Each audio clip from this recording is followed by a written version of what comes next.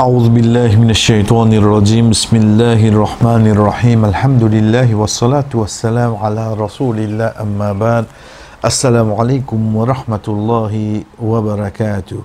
Deuxième partie qui nous vient avec le djihad, c'est que le Créateur fin amène une action pareille, comme nous fin dire hier.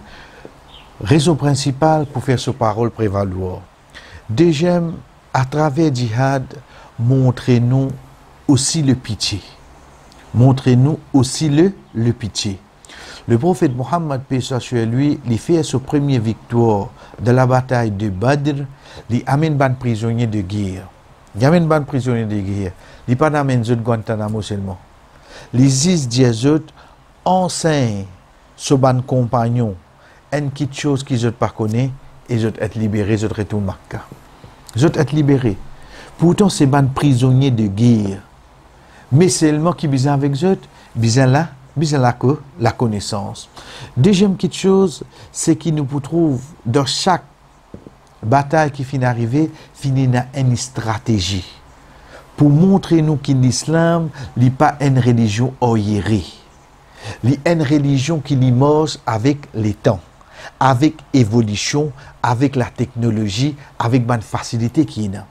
Dans la guerre des Badr, quand le prophète Mohammed, paix soit sur lui, décide pour arrêter une place, ce ban compagnon dit, Ya Rasulallah, ô messager d'Allah, est-ce qu'il ou qui décide ça, ou bien c'est la révélation? Veut dire bon Dieu qui dit ça. Il dit sur moi, banan jali non là-bas l'os. Non là-bas parce qu'il y a un puits de l'eau, nous boostons tout ban puits là, ici nous pour près avec un puits de l'eau, nous servons nous, et ban n'a pas gagner de l'eau. Donc ça c'est une stratégie. Nous arrivons dans la bataille de Uhud, il fait 50 parmi ce ban compagnons montent dans une hauteur, que le ban qui peut passer en bas, de pas attendre qui, depuis là-haut, ban la attaque zut. Une deuxième stratégie de guerre. Une troisième stratégie de guerre, c'est dans la bataille de Khandaq, tranchée. Quand Salman al-Farisi, un parmi ce ban compagnons, dit, nous, ban Faris, nous, ban Perse, quand il y a la guerre, parfois nous fouillons ban trou, afin qu'il l'adversaire si rentre dans trou là, il n'est pas capable de ressortir. Et entre nous et lui, pour dans sa tranchée là, donc nous guettons, nous sommes accostés avec nous. Effectivement, le prophète Mohammed, paix soit sur lui, prend ça l'exemple là, il met ça en action, il fouille une tranchée autour de Madina. Pas avec Dissibi, avec Jotlami. Et il est premier pour donner un coup de main là-dedans. Il n'est pas seulement un chef, mais il est un chef en action.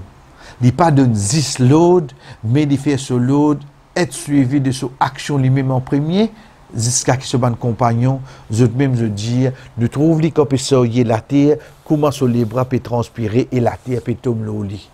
Les autres fouillent une tranchée alentour de la ville de Madina. Tout ça, comment nous dire, amène une réflexion pour nous trouver une nouvelle façon, une stratégie qui finit servir de bonne bataille. Et la raison, comment nous dire, l'islam n'est pas une religion qui est stagnante. Donc, il arrange ça masjid là.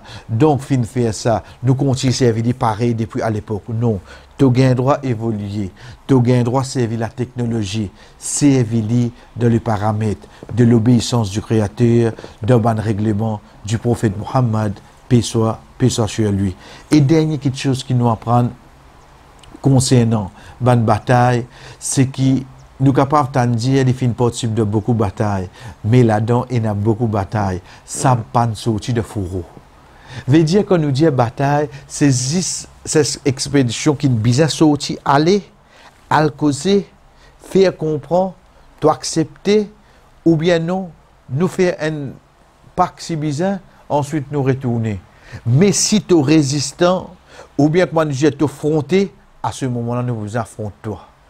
Donc, tout ça là prend place. Tout ça là fait partie dans le mot djihad. Nous prenons l'exemple dans la bataille de Tabouk. Il marche environ 800 km le chameau. Ensuite, arrive là-bas.